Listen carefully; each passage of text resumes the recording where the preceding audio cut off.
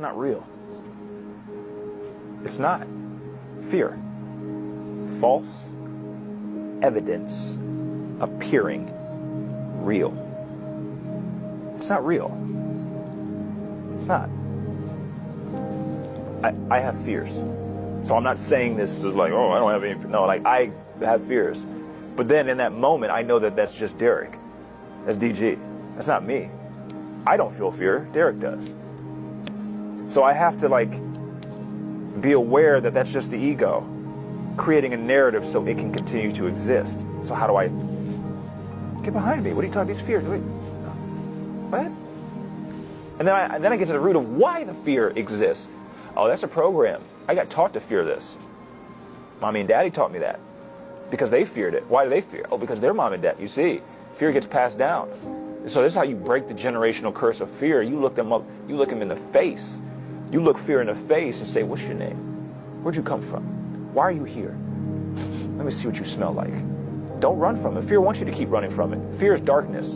Darkness cannot exist where there's light. Light is your awareness. So the more aware I become of it, the more I will see that the darkness was merely an illusion. Darkness is not darkness. It's just simply the lacking of light. Fear is just an illusion. It's our imagination focused on what it is we don't want to experience. And we tend to make that so real in our minds. But really, it's the only place that it exists. You ever stop to realize just how much the world operates out of fear? You got fear of missing out, fear of someone doing better than you, fear of losing out on money so you stay in a dead-end job, just miserable. Same thing with that relationship, because you fear being alone. You don't speak up or advocate for yourself because of the fear of what somebody's going to say or think about you. Don't even get me started on how much religion pushes fear. You even question things. If you don't believe, you going to hell. Just like hell, fear is an illusion. That's a concept that was made up in your mind. Fear is the ultimate weapon, the sharpest tool in the arsenal of those who want to control your mind. They use fear to keep you obedient and keep you from rising to your true power. Just think about it. Fearful people are the easiest to control. Once you realize that this was no accident, this was a whole program and designed to keep everybody in fear. Whether you know it or not, the entities that has been running this world for so long, they thrive and live off of fear. Fear is the lowest vibration. One of the biggest contributors to fear is the media. That television been telling lies to your vision for so long. Don't even get me started if you watch that news every day. When I talk to y'all, I'm speaking from experience because that used to be me. And I used to feel my heart racing every time I watched the news because it was always bad news. They do like damn near an hour of bad news and then they throw in one good little story. It's to the point I don't even watch the weather no more. Because that be wrong half the time anyway. But just take notice that half of the things that you have been fearful about are things that have been spoon-fed to you since birth. Unless you've experienced it, everything that you've been fearful about has been taught to you. When you step out of fear, you start stepping into your true self. You start vibrating high. You start glowing.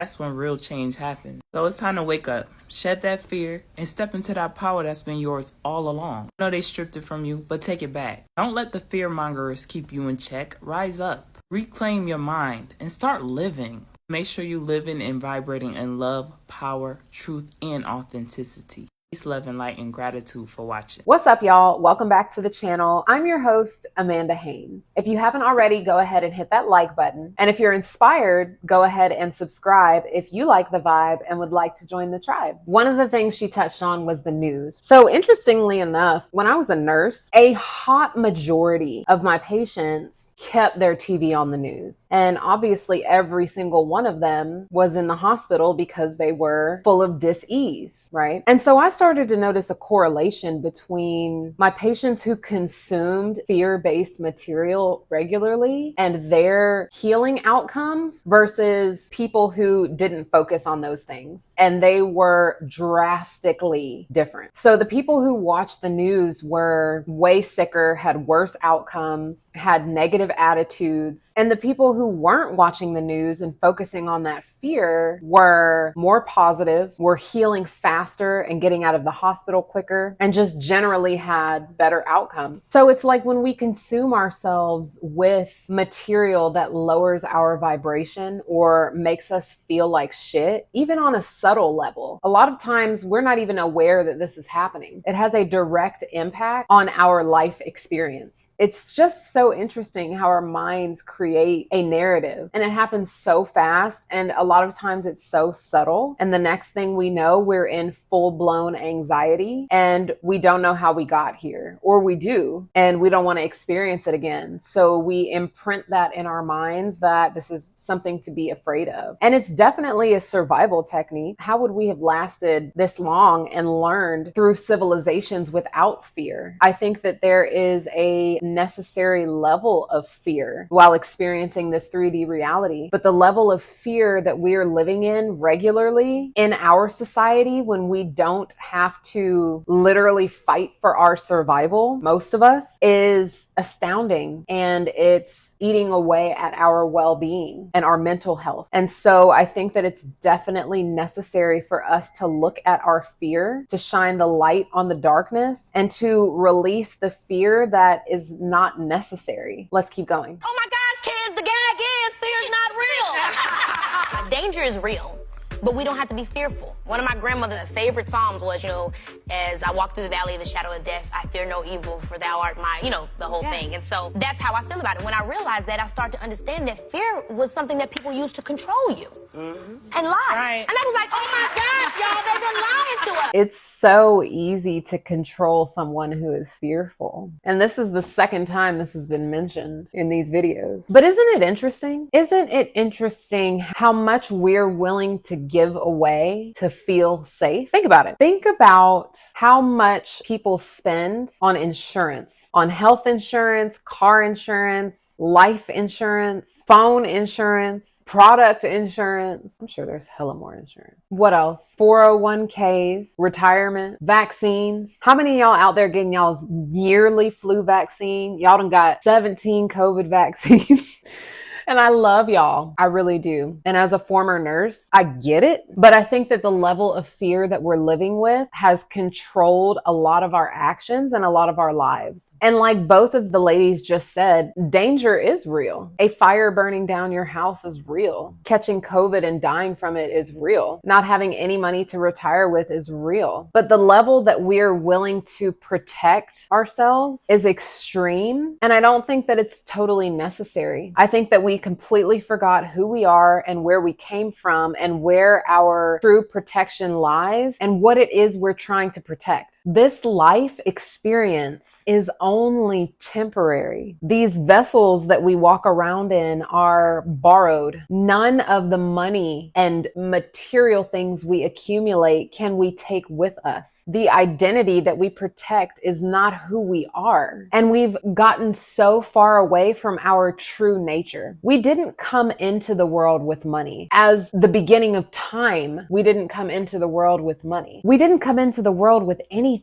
but God's love. And why is that no longer enough? Why is it we don't trust that we will be protected and provided for always? Because we live in a matrix system that has developed intangible identities and circumstances that we dedicate our lives to. Souls don't have credit scores, but I know you'll say you need a credit score to buy a car and a house and all these things. But where does faith come in? And I know you'll say that God opens the door and it's our responsibility to walk through it. But are we walking through God's doors, or are we walking through doors we created? We want to experience an easy life, and there's nothing wrong with that. But where does God's plan come into play? This is just food for thought. Let's keep going. Fear is a spirit.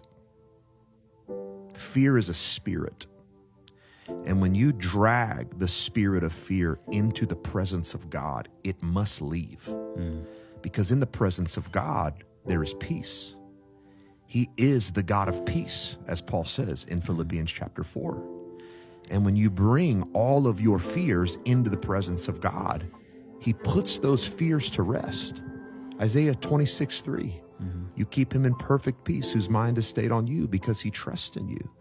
So if you are dealing with fear today, you have to wake up to what it really is, that fear is a spirit, And the right response is to drag that spirit into God's presence so that it might be cast out. Shine the light on the darkness and the darkness can't survive. I remember when I was in my nursing career, I was a registered nurse for like 5 years, and it was miserable. I was completely in survival mode and didn't realize how dysregulated my nervous system was until maybe a year later. But anyways, I knew that I didn't want to be a nurse anymore, and I was so afraid because I felt like so much of my security and my safety was tied up in my career. It was a steady paycheck. I didn't know when I quit how I was going to pay my bills. And it was the fear that was keeping me trapped. It was the fear of the unknown. I had no idea what life would look like after nursing. It kept me trapped, and it keeps a lot of people trapped in dead-end jobs that they absolutely hate, that are killing their spirit, killing them emotionally, killing them physically. But I knew that it was going to destroy me if I didn't get out. And so for me, I didn't have a choice. I felt like I didn't have a choice. So I quit nursing. That was probably one of the best decisions, aside from getting sober from alcoholism, that I've ever made in my entire life. Because now I realize there's nothing to fear in the unknown. The unknown is exactly that, but it's not scary here. It just is. And so if there's something that you're really afraid of or that you're struggling with, there's a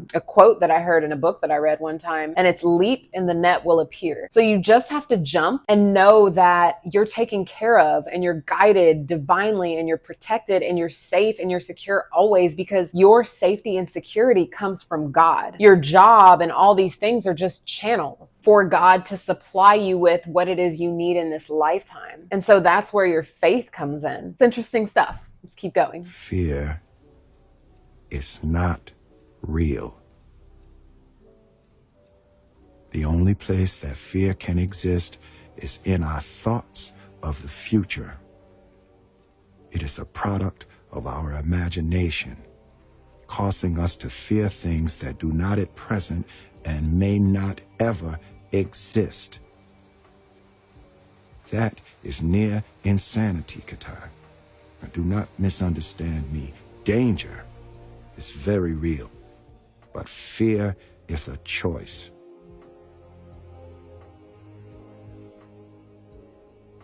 We are all telling ourselves a story. And that day mine changed. What a dope scene. And I feel like movies like cryptically speak truth and have like spiritual undertones, you know? But so yes, fear is us projecting our imagination into the future, trying to avoid what's coming next when we don't actually know what that is. I remember being in the ocean this past summer, and there were some pretty gnarly waves. And I remember the ego wanting to protect me. And I remember looking at these waves like, that's massive, like that's a big one coming in. And then when it actually got to me and went past, it like really was not that bad. And so it's so interesting that we try to protect ourselves from these unknown things that we think are going to be so scary. And when we actually experience them, it's not as bad as we think. At least that's been my experience. I've never experienced anything that was really as bad as I thought it was going to be. I mean, look at homegirl, the surfer chick who got her arm bitten off by a shark, and she still to this day surfs, and her kids surf with her. And so it's like she met fear, looked it right in the face, and was like, there's nothing to be afraid of. I really don't think that there's much to be afraid of, if anything at all. I think we're gassing ourselves up to believe that things are way worse than they actually are. But I think that if you haven't actually gone through some things, you don't really know, right? You don't really know what it's like. And so you're just afraid, and it's understandable. I get it, but we have to release some of this fear and really start living, because all we have is now. Quality over quantity. Yes, we can design our lives in a way that we live until we're 105, but it's like, if we didn't really live life, what's the point to say that you got there? I mean, none of us are going to get out alive anyways. It's insanity. It's honestly insanity, and it's keeping us from living fuller lives. We really need to look at this. Keep on trekking. We're not actually afraid of the unknown. Why? Because it's unknown. You can't be afraid of what you don't know. What we're afraid of is what we project onto the unknown. What do we project onto the unknown? Past trauma. You're afraid of, say, going into a social situation because you might get rejected. If you were never rejected, you wouldn't project the possibility of being rejected. That's so true. We're conditioned to fear. I watched this video one time and it was, I think they put like some toddlers in a room with some snakes and let them crawl around with the snakes and touch them. And the toddlers weren't afraid. Like they were touching the snakes. They weren't like crying. They were like pretty chill. And I think ultimately we are conditioned through our upbringing, through society to fear the world, to be so afraid of it that we conform. We don't go outside of the margins. We play it safe. And we end up living these meek, unfulfilled lives. And the saddest part about it is we don't even realize that it's happening. We are just blindly following the guidance of the system, which isn't really guidance at all. It's control. We're controlled by the news. We're controlled by the healthcare system. We're controlled by the government. We're controlled by institutions. And we think that it's our true nature. We think that it's normal. Nobody questions anything. Nobody speaks up. We don't look up. We just keep our heads down. We're controlled by religion. We can't ask questions in the church. Try it. It's a fear-based society that we live in, and we're becoming weaker and weaker. That's where we're at. Let's keep going. My biggest fear in my entire fucking life happened to me this past week. And I can't view it as a bad thing because I've become so used to what's the bigger picture here? What's the fucking lesson here, you know? What's the opportunity here? What's the bigger picture here? What's bigger than me and my feelings in this moment? What's the bigger plan beyond what I can perceive in my tiny existence? How bad could it really get if your biggest fear was realized? And if your biggest fear was realized and you made it through it, what then? Who would you be then? Who would you become then? What would you do then? And we have these tiny fears, like these fears of heights, or these fears of big audiences, public speaking. And we're controlled by little fears. We're controlled by big fears. But fear seems big in general. It's like this umbrella of big. The things that are small seem big. The things that are big seem big. But where's it all leading us? Where are we headed walking around with all this fear? All this heavy ass fear. It's crazy. When you face fear, it leaves you. Face the thing you fear and it'll leave you. That's really the secret of it. In fact, if you hold yourself back because of fear, your life actually comes to a stop because nothing gets better than it is.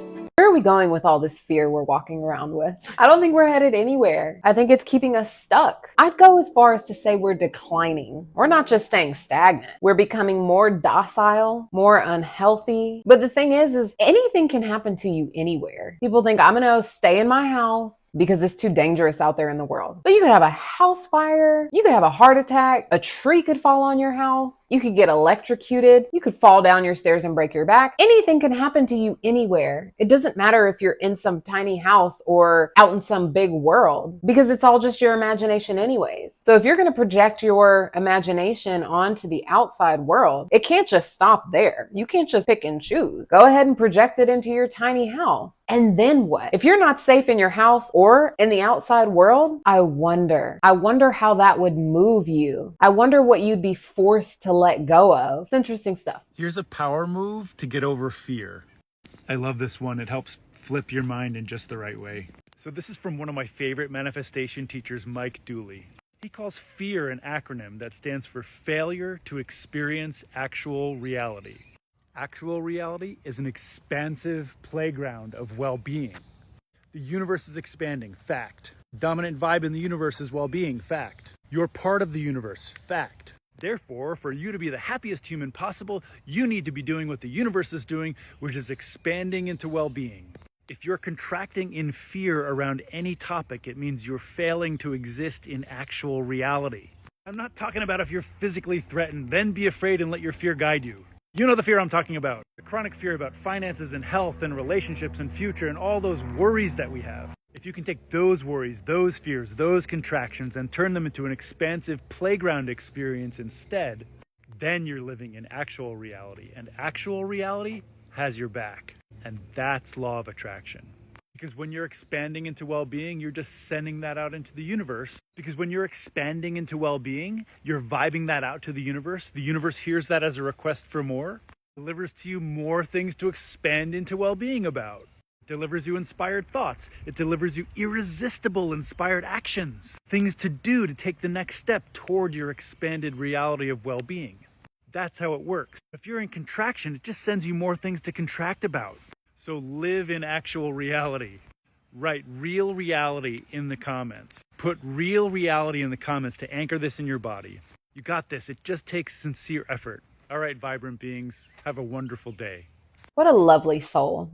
That's a really cool acronym that I've never heard before. I think we get so caught up in our minds and these stories that we create of not only what's happening, but what has happened and what's going to happen, that we're not actually living in reality. We're not living in the present moment, experiencing the beauty that life has to offer. We're stressed and anxious and depressed because we don't know our true nature. We don't know how to live in the present moment. And so you can see how all of these thoughts about past and future keeps someone in this holding pattern of depression, of anxiety, and it really cripples us and decreases our quality of life. It's really important to look at our fears, to sit down with ourselves, pull out a piece of paper and a pen and write down everything we're afraid of. And if you don't think that your list will be very long, well, you've clearly never done this exercise, because I promise you that list is a lot longer than you think it is for most people. But that's pretty much all we have for today. I really enjoyed all of these shorts and I hope that you enjoyed this video. Go ahead and drop a comment below. I want to know what you think about fear and whether or not you're controlled by it. What's your perspective? If you haven't already, go ahead and like, subscribe, and share this video with someone you think would enjoy it. Thanks for watching, and I'll see you in the next video.